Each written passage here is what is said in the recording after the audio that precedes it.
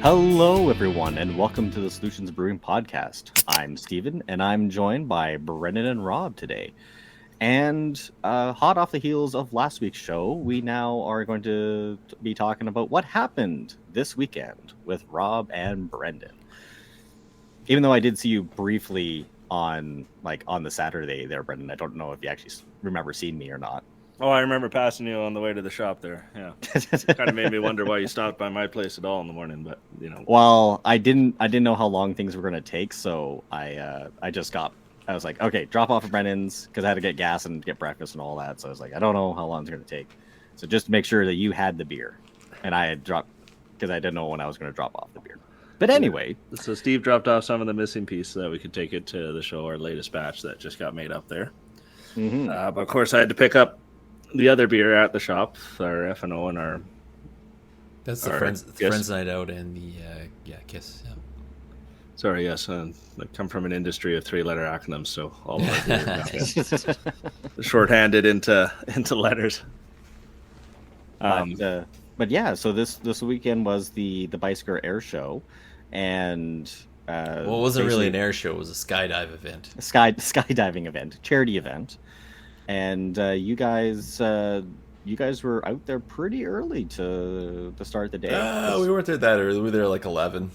Yeah. Well, you were supposed to be out there by 10. What happened?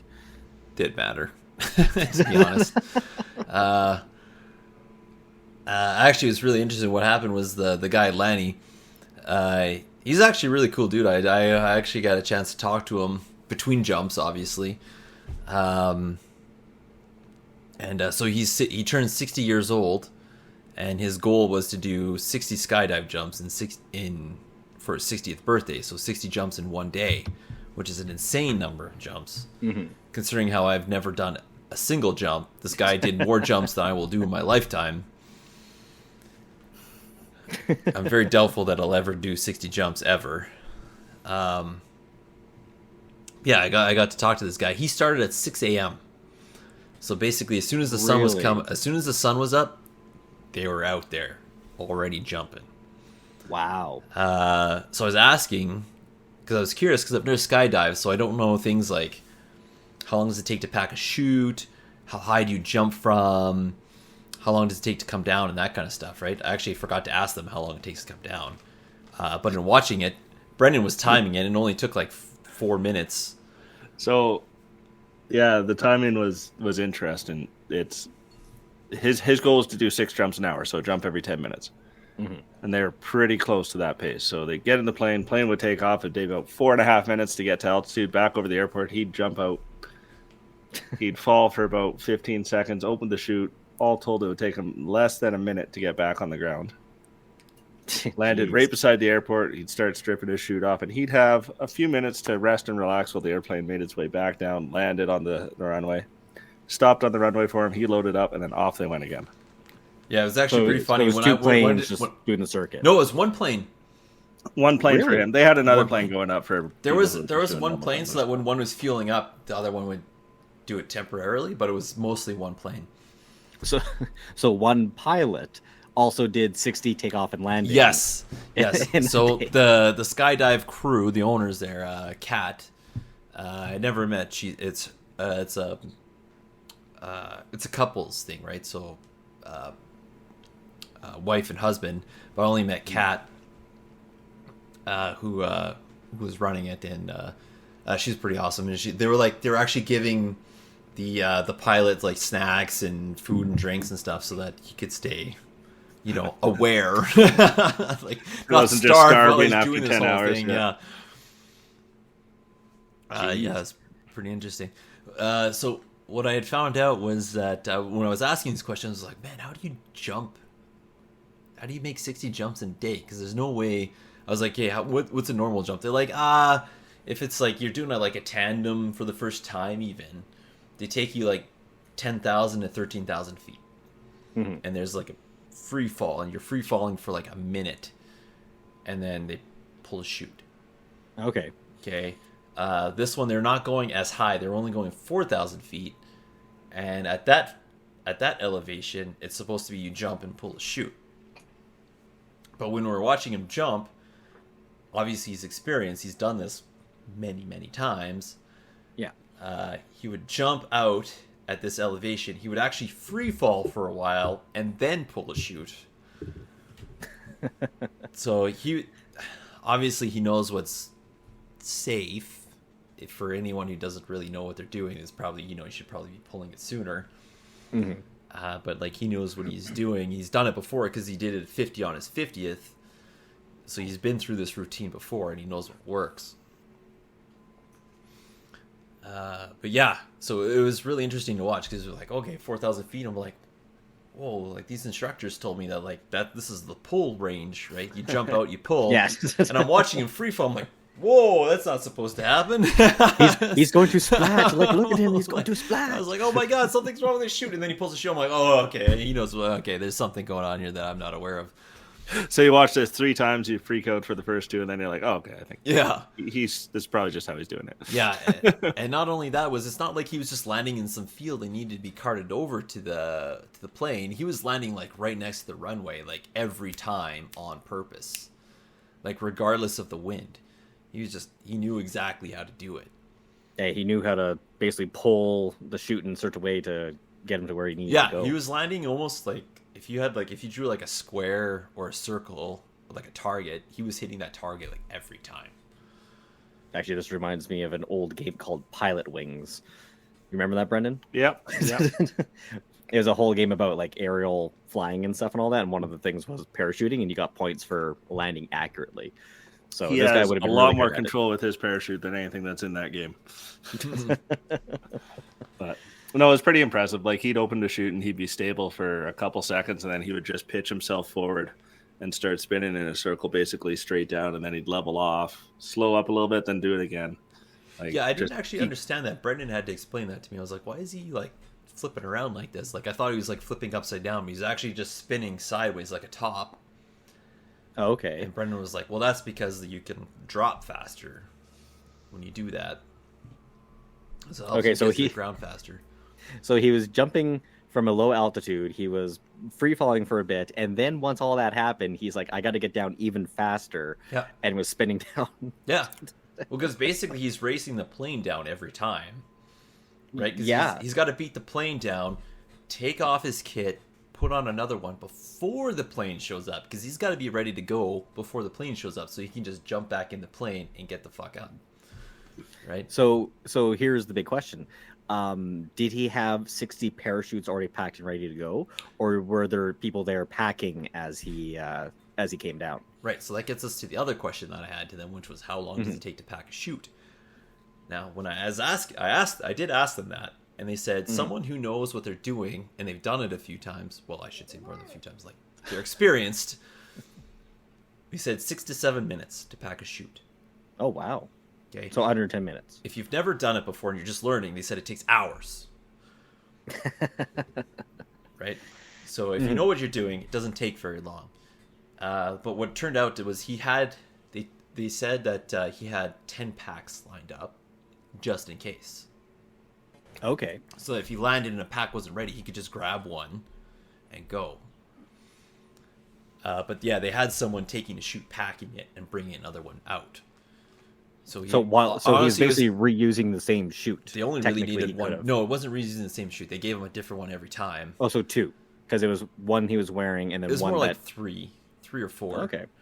Because they take one, someone pack it, and then bring it out. And if he dropped sooner, then they could pack it because it took him 6 minutes to do it. But he was doing like a jump every 10 minutes, and maybe I don't know, whatever reason they couldn't get a chute packed. Then there was another one. There was one. Whatever the case, there's always one waiting for him.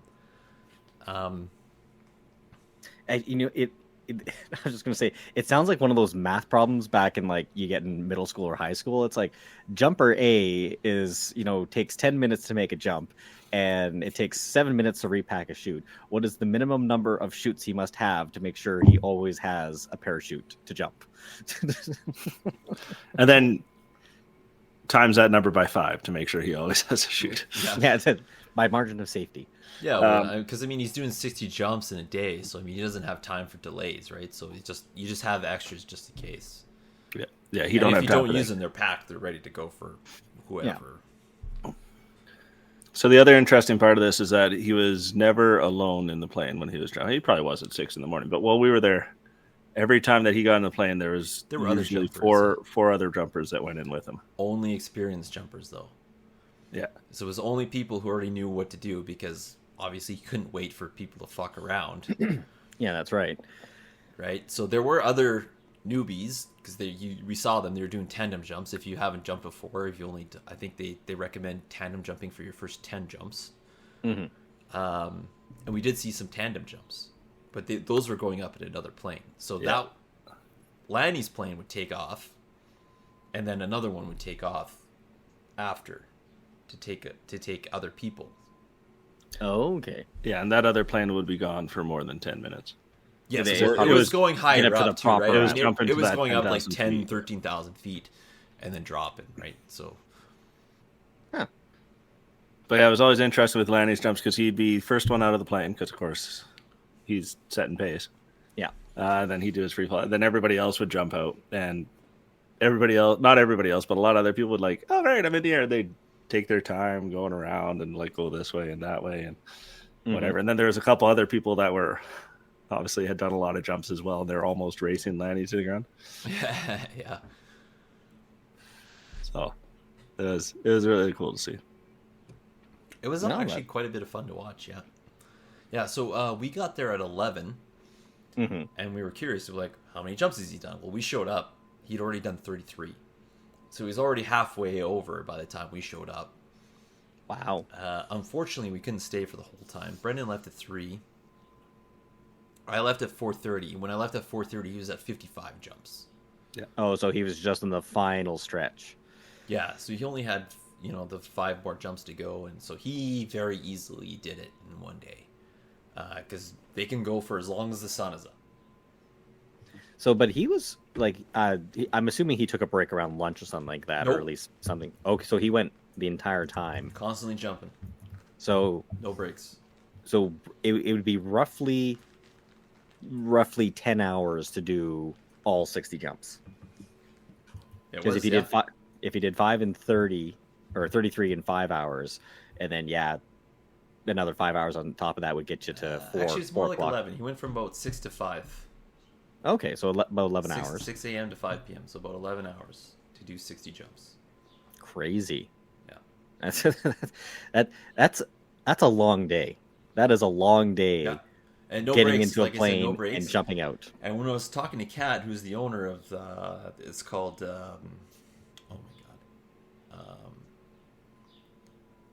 Skydive Extreme Calgary. Yeah. Mm-hmm. Which is funny because it's the acronym that they like to use is SEXC. So Sexy. S for skydive, EX for extreme, and then C for Calgary. So SEXC.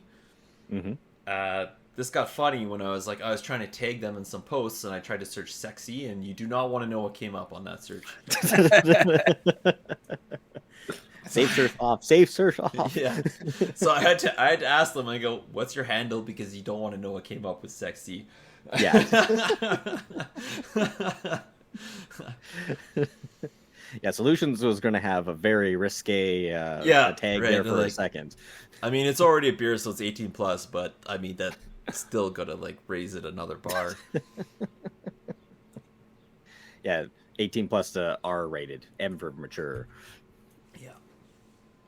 Okay, so he did it, or at least we assume that he did it because we did not witness it ourselves. How was the rest of it like? Sorry, I'm just watching the Instagram video of his jump number 60. Oh, you found it? Yeah. Perfect. But how was the rest of the show? So, we did set up a booth there for a little bit. Did you, again? We did set a booth. We were there. Our primary reason to be there was to just kind of represent the brewery and serve the beer that... so there's a bar. This is all done at the airport, right? So you got the Beiseker Airport. They do the jumps there. And there's also a bar there called It's called restaurant. Restaurant called the Flying Monkey Cafe. It's like a pilot's lounge. No, it's a full-on restaurant. It's actually full-on restaurant. And they had some really tasty... Brendan and I each had a burger and fries. It was fantastic. Mm-hmm. It was spectacular. Yeah. And Brendan, you've even had breakfast there one previous weekend. Yeah, that was mostly Connor cooking me some eggs while we talked business. Yeah. Where was I going here? But so we were set up at the restaurant there, and they had a big barbecue grill, and they had a bunch of ribs and stuff they were doing. So they were trying to do a ribs and beer thing. Yeah, beer and ribs. Yeah. In conjunction with the skydiving 60 on 60. Mm-hmm. So we had gone. We were anticipating a bunch of people out there to witness the event, a little bit of a fairground kind of thing. Mm-hmm. Wasn't quite that. It was a lot of skydivers watching Lanny jump and jumping with him. Cool group of people, but they weren't drinking a lot during the day because they were jumping. Yeah, so we miscalculated the timing when we were there. So we were primarily there to help serve the beer, as opposed to like sell additional beers. So we brought some for off sales in case people wanted to bring some home. But that's right. So what the deal was, you would come in, you buy tickets, and these tickets are good for either ribs or beer. Okay. So you would hand us a ticket, we would give you a beer, or you could hand Connor a ticket, and he would grill up some ribs for you. Okay. Right? So what happened was we thought that they were like, oh, there would be a lunch crew. There was not much of a lunch crew. Talking with Connor, he was expecting a big dinner crew to come through, and we're like, we can't stay for that. Brendan had plans, and I had also had plans. Which was fine. I mean, the restaurant has servers as well as more. We weren't there for the brand support stuff, so yeah. But hopefully, got to follow up with Connor here. Hopefully, they had a big crowd. But I mean, sales were okay. I counted before I left because I put the remainder of the cans back in the fridge instead of in our cooler on ice.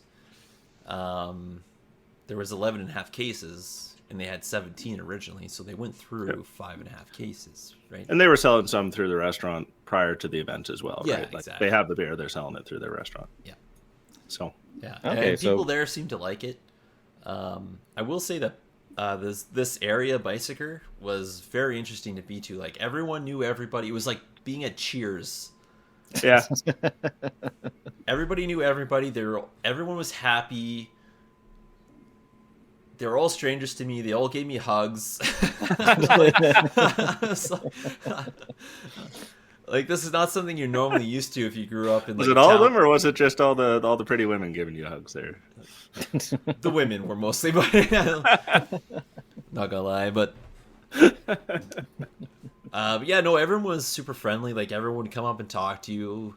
One lady was pretty funny because she was like, "Oh yeah, I went for float down the river. I can't remember which river. It wasn't the Bow because they're out in Beiseker. So there's a different river. It's a little bit north. I think it was the like Red Deer River or whatever goes down through there. And she was already burnt. And she's like, I need to sail the sun, but she went into more sun. I was like, like I started calling her Lobby, right? For lobster. I was like, you trying to turn into a lobster? What's going on here? She's like, shh. You just got to work through the burn. Yeah, that's right. Yeah, she was like red. Like, like some people, they might get like a little bit red and then be like, okay, I need to stay out of the sun. No, she was like red. Like almost like your shirt, like you're wearing right now, Steve. Like no one will see the color of your shirt, but yeah, it was red. Yeah. Like I've done a burn that bad once in my life, and I got like heat stroke, and nearly like I was underneath the covers shivering because I was dying so badly. So I can only imagine how her night and next day were. Jeez. Yeah, but yeah, everyone there was. It was actually really interesting. I want to go back, and I probably will go back. I just had knee surgery. I really want to ride my motorcycle out there. I just had knee surgery 2 weeks ago. I'm still waiting for that to heal up enough for me to hop on the motorcycle and ride out. Be able to go. But I would like to ride out on the motorcycle, go just hang out at the Flying Monkey Cafe because it just seems like a really good place to be. Yeah. Yeah, it's only like, again, 10 minutes from your house. Like a little more than that, but yeah. Actually, funny about that, we Brendan and I had a little race between his airplane. Right, and, that's right. Actually, This actually ended up being a little awkward. It was smart at first, but it turned up being awkward. I went to go meet Brendan at the Airdrie airport. Mm-hmm. Why did I meet you there, Brendan? Because, well, I had all the stuff loaded up in the truck, and so it was meet at your house and move the stuff from the truck into your car. Right. And then I would have to drive to the airport, and then, yeah. Right. So the initial idea was to exchange stuff from Brendan's truck to my car, and I was going to drive my car out to Beiseker. Okay. And then we're like, well, why don't we just meet at the airport and we'll make it this quote unquote a fair race? Because Brendan was like, if you leave from your home, you're definitely going to beat me. I'm like, yeah. That's the point. Yeah, that's why I want to do it that way. Yeah. And then just before I was like heading out to meet him at the airport, I was running a couple errands. And he's like, why don't you just drive my car or my truck, drive Brendan's truck, so that what's the point of swapping stuff between vehicles? Just drive that. And because the original plan was I would just drive his truck back to the Airdrie airport and we'd meet there. And then, whatever, here's your truck, and I take my car and go away. If you were leaving at the same time. If we were leaving at the same time. So what happened was, while we were at Beiseker, I was like, I really want to see him do his 60th jump. I was trying to stretch it because I had a family arrangement in terms of, like, it was my cousin's birthday. Now, someone might think, like, so what, it's your cousin. So my mom and my aunt, they're identical twins, right? So they've always been close. So this cousin is the son of my aunt of the identical twin, and so we grew up all pretty close. Like me and my sister and this cousin, and it's his birthday, and we're celebrating his birthday that day. So I'm like, I need to be there for his birthday because family's important. It's very close, yeah. Right. So I was really pushing my luck on how late this was, because I should have left with Brendan if I wanted to be at this party. To be on time and be there and all that kind of stuff. I was like, yeah. You know what? I can stretch it to 4. I'll be okay. I ended up leaving at 4:30 because I was like watching the jumps. I'm like, come on, I really want to see the 60. But if I waited like even another half hour, I left at 4:30 and my mom was already phoning me. She's like, where are you? Well, yeah. I'm like, sorry, Mom, I'm just leaving Beiseker right now. I'm like, just eat without me. Yeah. Also, I find that super interesting. Because me and Brendan have another Rob as well. His mother is also an identical twin. Oh, really? Yeah. And same sort of thing. The cousins from that side, he's fairly close with too. Because again, all that kind of similar. It's strange if you are the son of an identical twin, your name is Rob. Apparently, yeah. I mean, it's a good name. It was a style at the time. 83 represent. But overall, it sounds like you guys had a good time, and it was pretty fun out there. And again, money was raised for a good cause and all that. So, I'm sad I missed out because what I was doing instead was cleaning out a house that hasn't been moved or the people haven't been moved for 25 years. So that was you fun. should have canceled that and just came out to Beiseker. Bro. I should have. Yeah. In fact, you should have told everybody there to just come out to Beiseker. Yeah. So I don't think everybody would have enjoyed watching the skydivers more than that. Yes. Yeah, no, we were most of it had already been cleaned out, but we were packing up like 2 of those pods, you see everywhere. Packing up 2 of those to have for storage for a week until they can move into their new place. And man, the treasures we dug up and the things we found, and probably the mouse dust that I inhaled at some point. Yeah, that was out in this old Atco trailer. Yeah, I much would have preferred to have been in watching some skydives. Well, you're still alive, so it wasn't like a deer mice or anything like that. So no. That's good. we were actually talking about that. It's like, remember back in the day when like mice had all of the diseases and would kill you just like by looking at you? It's like, yeah, it's not like that anymore. But still, there was a time. Deer mice, like just breathing in their poop is just like, yeah, it's bad for you. Yeah. Yeah, no, this house, some of the buildings on the property, it just been there for years and all that kind of stuff. So the mice had made homes, thankfully not in the house, but outside of the house. So, but it wasn't too bad of a job. The only thing is that they had beer that was not Solutions Brewing there, and I was quite disappointed. And it's funny, I actually gave the guy or my father-in-law who went and got the beers, because he got a variety of stuff for everyone. He got some coolers and some other drinks and all that. And I said, there's a brewery 2 miles that way. Why didn't you tell me? I could have picked up some. And he's like, oh, I just didn't think about it. And he had Lucky and Bud. Oh, it was terrible. Throw your business cards up. Think about it now. Yeah. Well, counterpoint. It was only 2 miles away. Well, at that point, we'd gone and corrected this. I could have gone and corrected it, but maybe here. Let me help you with this. Just throw all those other beers on the ground. Go grab the other ones and bring them over. No, I was tempted to, but he had bought like a bunch of beer that he himself is never going to drink, and so me and the other cousins were there. We're just like, okay, he's giving us free beer. We'll make do. But I had my first can of Lucky in. There's something to be said. You're being there, decades. somebody's cooking you a burger, and you're like, "Fuck this! I got steak over there." I mean, yeah, that's fair. I mean, I've been working in IT for 15 years now. Actually 15 and a half. But before that, I worked as a garbage man. And so for listeners, this was before automation, so that means you actually had to physically lift the garbage and throw it into the truck. Yeah, not the fancy picker that throws it in and breaks your bin at the same time. Yeah, so we're talking about lifting in a day. A 2-man crew is lifting about 20,000 kilos a day. So one person is lifting 10,000 kilos. So I was lifting 10,000 kilos a day. And if someone left a beer and it was cold, didn't fucking matter what it was. You were so happy to have that. It was incredible. Like, it doesn't matter what it was. It's like, is this cold? Yes. It was down the hatch. Yeah. Yeah. No, definitely. Because I was working construction a couple of years ago. Same sort of thing. It didn't matter if it was Bravia or whatever the hell it was. As long as it was cold, it was good. But then after that beer and after it was quenched, it's like, do you got something better? Oh man, especially like some neighborhoods, like for garbage anyways, you going down, there's a lot of the alleys are gravel.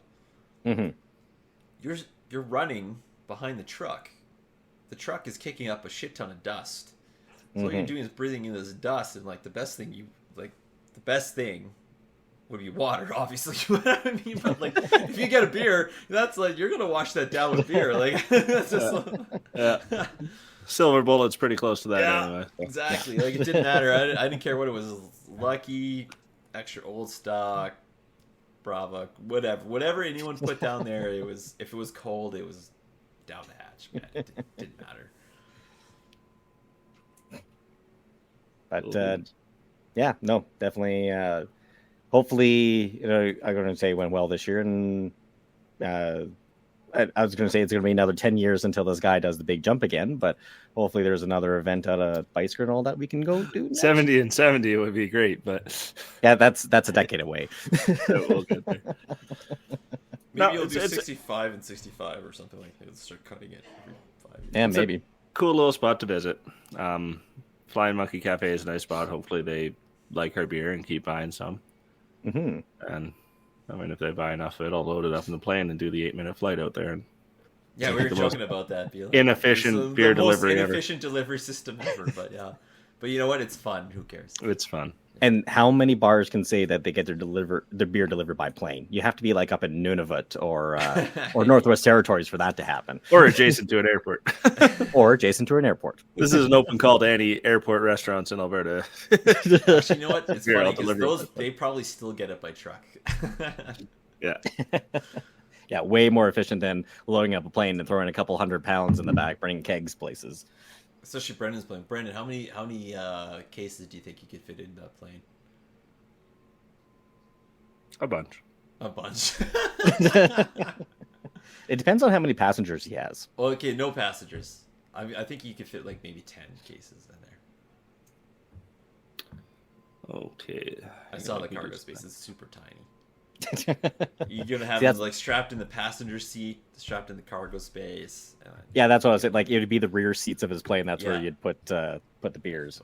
But and then you have to worry about weight balancing as well. No, there's not that much. That's all centered, right? So Well, it's also where No, the you- weight is in the front and the back of the plane too. Yeah. Yeah, it's. I'd have to do some loading stuff. Brendan's thinking about turning on that old aerospace brain of his and doing the calcs. Yeah, well, no, it's the pilot brain because it's just weight and balance stuff, and it's yeah. Be easier to take the back seats out. just you can spread them flat across the whole thing. Well, then you can load them forward better, like Mhm. because forward is better for the plane. The problem with beer is it takes up a lot of space. That is true. But 10 cases I could do for sure, no issues. There No you go. issues. Flying Monkey, 10 cases coming your way.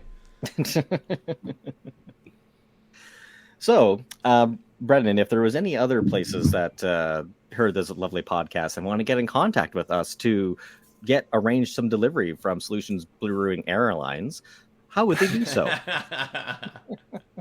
Well, they could go to our website, www.solutionsbrewing.com. There's a contact us page there that they can send us an email. The email goes to our email, noproblems@solutionsbrewing.com. We also have our store on the website. They can order directly through that or just send us an email with what they need, and we'll find a way to hook them up. Or they could reach out to us directly through our social medias at Solutions Brewing Co. on Facebook and Instagram. Awesome. Well, that was actually a decent sized episode talking about airplanes and That was people jumping beautiful. out of it. So, yeah. Visit Beiseker if you can. It's great. Or Yeah, it's a cool little specifically, spot. actually, the airport is like just outside of Beiseker. So, skip Beiseker, go to the airport. Mm-hmm. That's our experience, the airport. Well, I'm going to take the family by plane there one of these days for lunch. So, There you go. good little restaurant. Awesome.